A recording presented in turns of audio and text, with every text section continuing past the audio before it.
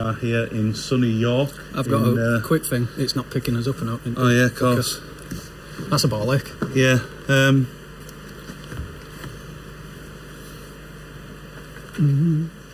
How you doing, everybody? My name's Ben Hammond. I'm front of house engineer for Skunk Anansie, and we're here in sunny York at Real Recording Studios. And I'm here with my good friend, long-suffering friend, Adam Boole, who is front of house engineer for Bullet For My Valentine. We're going to go through a bit of what we do, how we set up the console, how we go about things. I think everybody kind of now knows their way around one of these, so it's not going to be a technical thing for how to use the console, just more kind of our workflow and how we do things. So without further ado, we'll press play and tear each other to bits. So for Bullet, this is a 4-piece band that hit things, which is what every band does, but yeah, so going through things, so that is my drum layer on layer here, which we are running at 15 channels. There is an SPDS normally, and then I'm running my effects all for my drums here, which we've got a drum room over the kit, the entire kit, which if I go into here, so that is just my drum room. Yeah. I've always kind of done the thing where, for me, like drums, because they're the most kind of transient thing on stage, I've always used that to kind of build the room that I'm in, if that makes sense. Yeah. Because as you'll probably hear later, I use a disgusting amount of drum reverbs, and I'm constantly kind of automating them to suit the song, but when you listen to the whole thing, you're not hearing the reverbs. I'm kind of using them to, you know, if we're in like a 200 cap club, or the next day we're at like an arena or a festival stage or something like that, I'm kind of always using, I have a few certain reverbs that I'm using to kind of build the walls. Yeah, and put myself in the same kind of building, you know what I mean? So that's pretty much what my room is for. Yeah. Like, so if I quiet and then, so that's dry.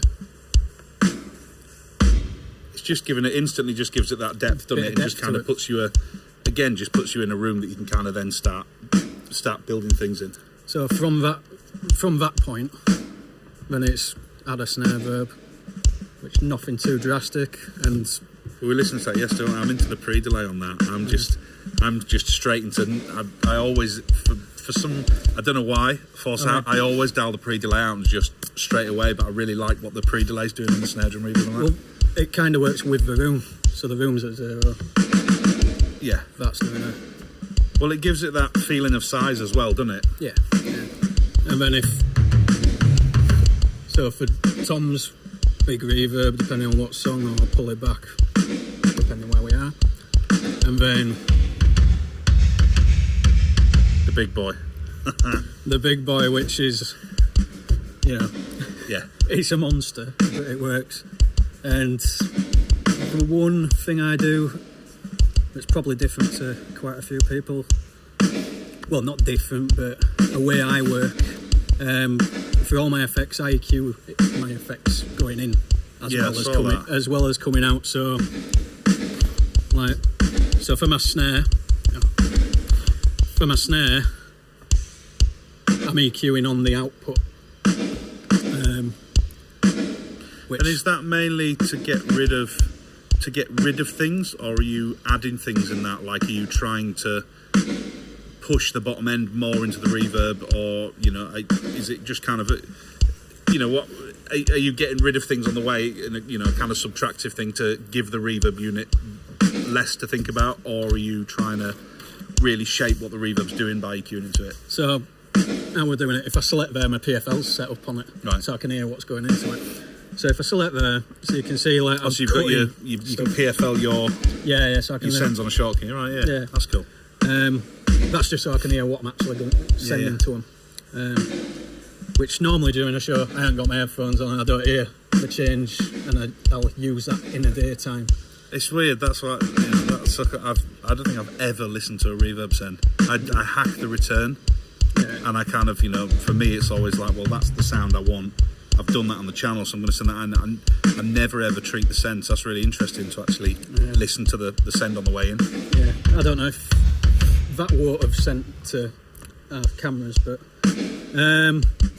so all of them have got a little bit of EQ to them. The big, it's like I didn't want all the mid there. Yeah, just clouding it if up. And then yeah, you know what I mean? It unneeded in my eyes. But it's good because it tidies it up, but it's still giving the reverb unit the kind of scope at that area on the way out, so you're not just getting rid of that completely. Well, that's it. From doing that, I'm doing work on the output still. But if I turn that off and kick it in, it's just that how I use my outputs and my buses. Essentially, I've got my mix, and then for the entire show, I'm playing away on my groups. I'm doing things on groups, so we've got things going on there that I'm editing away, but the mix is there from the channels and the groups as well. I'll ask this now because I've been told off by Robin Clark before in the past for using that one instead of Dyne 8. How come you using that? That's what I used on the iLive and the GLD. Yeah.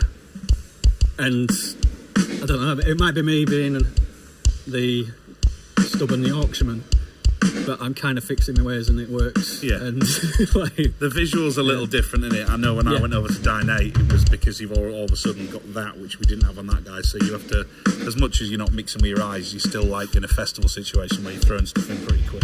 Yeah. It's always cool to be able to say, well, actually, I know that looks right, and so. Yeah. So. Oh, there you go, Robin. I'm not the only person that still uses that, so you can dish out your rollikins to other people as well. But yeah, apart from that at the moment,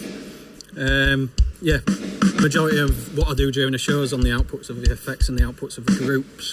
And the stuff, are you going straight into the subgroup and subgroup to the mix, or are you doing any parallel stuff? Parallel wise, on the individual drums, I am not. But then I'm running a drum group. Right. Which smashing that. Yeah, smashing it. It's not doing overly a right lot. It just adds that little bit gives it a bit of weight. A little bit of weight and thickness. I'm not one for overly doing things. And when I started working with Bullet and started on this console, I was using this a lot. But over time, you start trying things, and I've gone back to doing it this way when we finish the cycle. You're going to hate looking at my show.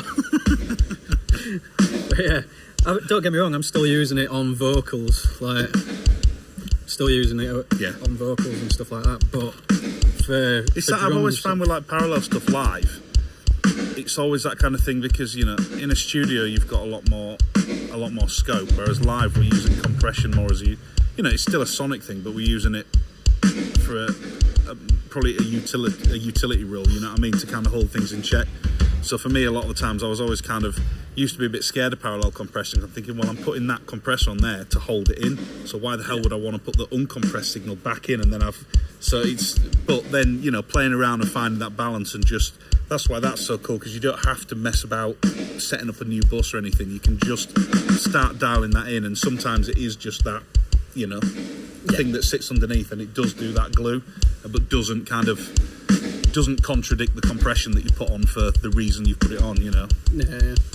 But yeah, it's I don't tend to do much compression on the actual buses till I get to my I love that as well. That makes me feel like less wary of when we get to my show file and I'm hitting the red. There's something about this desk, and I'm not going in salesman mode, but yeah, it doesn't clip, and there is just that thing when it gets, especially on the transient things, it gets up there, all of a sudden it just jumps out, it just kind of steps out in front. Yeah. And I've done it before where there's so many people that mix by sight, and you see red lights and you think people are you know what, I don't care, it sounds right, that's not distorting. No. and it's sat where it needs to sit, and it's doing what it does. And I always thought with the iLives, and the same with these, when you put them you put it into the roof, they sound good. Yeah, they do. And that's obviously where well, I know I did on analog. I ragged the balls off quite a lot of them. That's what you used to do. Yeah. If it sounds right, we'll see when we get to my show file, For EQ, if it's there, I'll use it, It goes to plus or minus 15 for a reason. Right then, so that is my drum kit. Like, I'll come back to my overheads and everything because I just add them in after my vocal. Yeah, that was a question I was going to have with them being muted. So yeah, pretty much when I do, like, when I start a virtual check, I start with this song because if anybody knows, for people that do know Bullet, they are a very fast, furious band. Yeah. For pretty much the majority of the set. So this is an easy one for me. Just lets you feel the space a bit more. Yeah, exactly. When you're in a big open arena or a club or a theatre, I've got used to using this because it's a lot calmer for me. Because when you've got, say, I'm interested while we're on pan, you do exactly the same as me. I never pan toms. No, I don't. Because for me, you lose the power. Well, no. And I've had this argument with people, and I'm like, yeah, but you've got your kick snare and toms, you've got everything up the middle. It's like, yeah, but they're not fighting. I've always thought, you hear people do their da-da-da-da-da-da, and it sounds great. And I always think, especially when you hear it in a big field, and you think, oh yeah, that was great. Well, no, this is where I'm different with. I've always tended, it's only clubs I'll start panning stuff. Because I remember years ago, you used to use mono overheads as well. Yeah, and only for doing this have I always thought that's because you couldn't afford 2 mics because it was when we were younger. But But only when I've been doing this is, like, I normally, my hi-hats are probably around about there and my ride's normally around about there. Like, I've split it up a bit just so there's a bit of space. Obviously, we're not in a big room with a PA and you're listening to PA. But yeah, I mix pretty much in mono, even at festivals. Which there was a fella that I've known for years, which you know as well, Doof. Yeah. And first ever arena I mixed in, I was 19 years old, and it would Give It a Name festival. And I walked up to Heritage at the front of the house, and we got line checking and everything, and he saw me going across all pans, and I'm line checking on headphones. And he just went, "Why are you panning?" And I just looked at him like a bit shocked, and like, they're not going to hear what that's doing. Oh yeah. And like ever since then, that's stuck with me. And I've always been one for, if you can get a mono mix right, it should be right everywhere. Yeah. So that's. Because how are you doing things like front fills and like outhangs and things like that? They're all off the same feed, so they're all mono feeds. Yeah.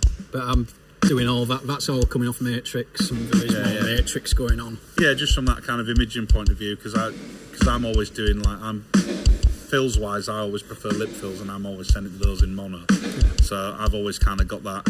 For me, it's always been when I'm back here, you've got the stereo thing. When you're down there, you're kind of out of it, and you're getting all the noise pollution off the stage as well anyway. So then I've kind of always just in fills or something down, I'll go down there and listen and think, well, you know, especially with lesser now, because people aren't using loud backline for the most part anymore. Yeah. But you know, certainly like when I was doing like AFI, the bass was just super loud, and you stood on the front row, and the guitar cabs we had off stage, so there was this really like weighted thing. So then we're doing mono fills, but then we're kind of starting having to work with things and change it so we can bring the guitar up, we can get that stage balance. But it's interesting. It's the same as me. Hats riding overhead and everything else left at the middle. For me, it was always from a power perspective, because as you've heard me mix, I kind of just turn drums up and forget about everything else. So, you know, for me, it was always that. You know, but I always remember like when you hear like Mick do Metallica, and you get this huge stereo tom thing, and he goes around the kit, and the whole field just lights up, and it's like, oh yes. I mean, I've done it. I'd like to do that, but I've done it, but I'm always thinking about, during the show, I'm always thinking about what if I was stood there. Yeah. That's my thing, and it's like, if I'm stood here, I want it to be the same as when I'm stood there. I think I'm a bit more selfish. Over the years, I've just kind of got to a point where trusting the system and trusting the systems engineer, and just kind of, right, I've done my walk around. It plays on my mind too much, so I'll do my walk around in the day and then kind of think, right, that's it now. I'm going to go to front of house and I'm going to mix for front of house.